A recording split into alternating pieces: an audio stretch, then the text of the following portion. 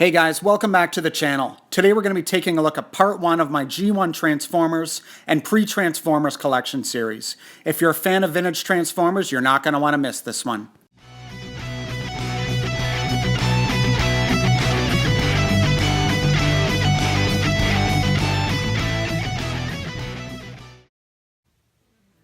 One thing that I'll mention right from the outset is that if you've seen my original Transformers collection video from March of 2018, you would have seen some of these figures already, but this series is a little bit different in that it's only going to showcase G1 Transformers, G1 reissues, and of course pre-Transformers. I'm also going to be doing a voiceover, which I didn't do in the other video. First off, we've got my Devastator Gift Set. This is actually my favorite G1 combiner team, and I think a lot of that has to do with the fact that it was the first combiner that I remember seeing in the original G1 cartoon back when I was a kid. Next we have Bruticus, which is another fantastic set. Unfortunately, the gift set version of Bruticus was never released in North America. If you wanted a set like this, you would either have to get the Takara Japanese version, like I have here, or the Italian gig version. Anybody that's seen the commercial for G2 Bruticus would know that in the commercial they rap about him and refer to him as one bad Dudicus. It is so ridiculous that it's awesome. You have to check it out if you haven't seen it. Next we'll move along to my deluxe-sized Autobot car and Minibot display. Now anybody with a keen eye for detail may pick up on the fact that I'm missing one deluxe-sized Autobot and one Minibot in this display. It's not that I don't have them, but this Billy bookcase shelf is just a little bit too narrow for me to include everything. Can anybody name what the Minibot and the Autobot car is that's missing in the comments section? In the corner there you could see I've got a G1 Bumble Jumper, also known as Bumper. I actually did a pretty thorough review of this figure a couple of weeks ago, and even compared him with some similar Minibots including Bumblebee, the yellow version of Cliff Jumper, and Hubcap. Now, if you're a seasoned Transformers collector or fan, you're likely not going to confuse those figures with one another, but for anybody just getting back into the hobby, I think that the comparison portion of that review would be very helpful. Either way, if you haven't checked out the review, be sure to check it out and leave me a comment in the comment section letting me know what you think. As we take a look at my G1 Minibots collection, I'm reminded of some pretty cool news related to Minibots that came to my attention a couple of weeks ago.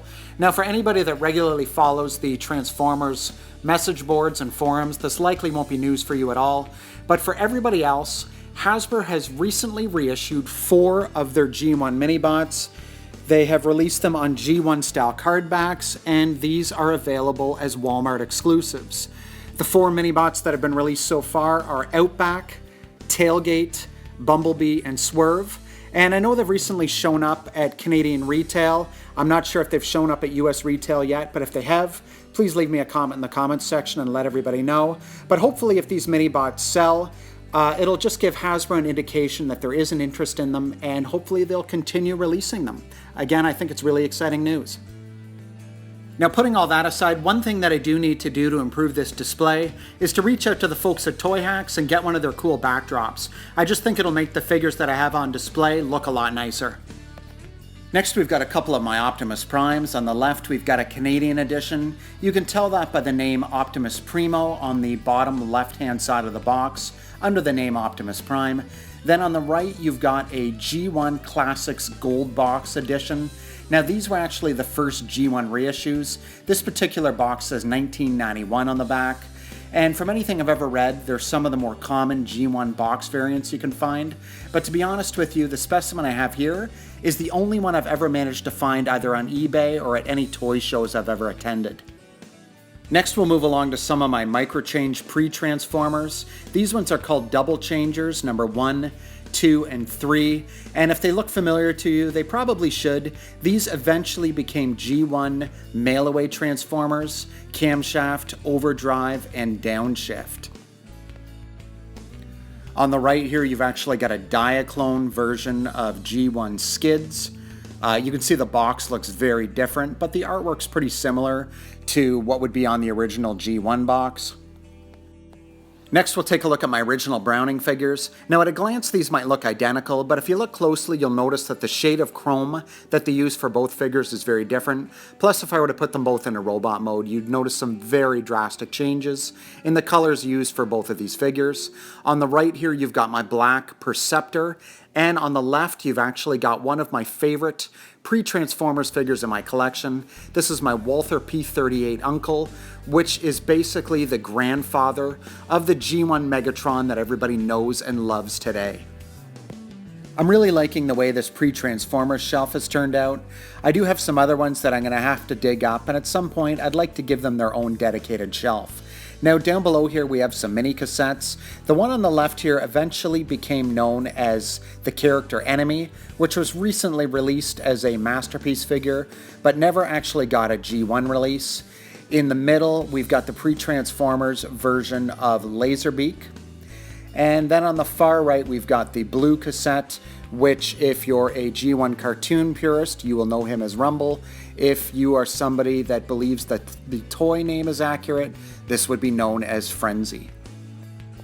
I've always been a big fan of the Lamborghini Countach from the 80s, so I thought it'd be kind of cool to pull out my boxed Red Alert, Sunstreaker, and Sideswipe and display them together on the shelf.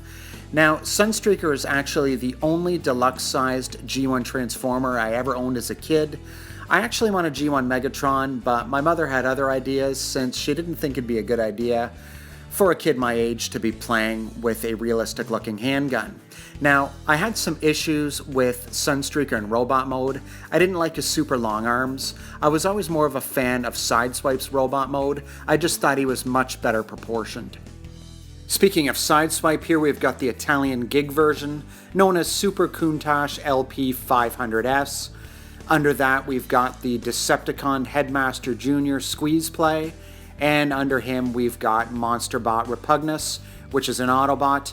Now, what's very cool about the bottom two figures is that they are both mint and sealed box, and those are actually acquisitions that I made at TFCon 2016.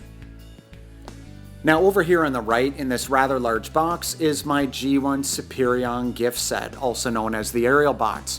Now one thing that I never understood is why Hasbro used such a massive box for this particular gift set, especially when you compare it with the much smaller Devastator and Bruticus gift set boxes that I showed earlier in this video. Now for anybody that wants to get into collecting G1 combiner sets, Superion is actually the most common one that you can find in the market.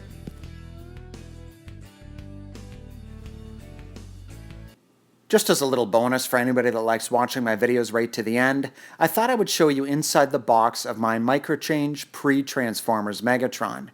Now, just zooming in on the figure a little bit here, I don't know if it's just my particular specimen, but it almost looks like a different color chrome was used. If you'll notice, mine almost has a slight gold tinge to it. So again, it could just be due to age of the figure. Here on the right, that's not a collector's card, but if I'm not mistaken, it's actually a catalog that shows other figures that were available at the time. Down below here, you've got a target that you would actually set up to shoot these red pellets here that you see on the left. And behind the pellets, you can also see Megatron's sword, which isn't an accessory that came with the original G1 version of Megatron. If I'm not mistaken, the first time it was available after this particular set was with the Takara 16 special set that came out, if I'm not mistaken, in 2001. Just as a little side note for anyone who's interested, one of my collecting goals is actually to get every version of G1 Megatron that's ever been released, including all reissues. I'm getting pretty close to my goal. At this point, I still need the Goodbye Megatron gift set, as well as the gray pre-Transformers unchromed version of Megatron.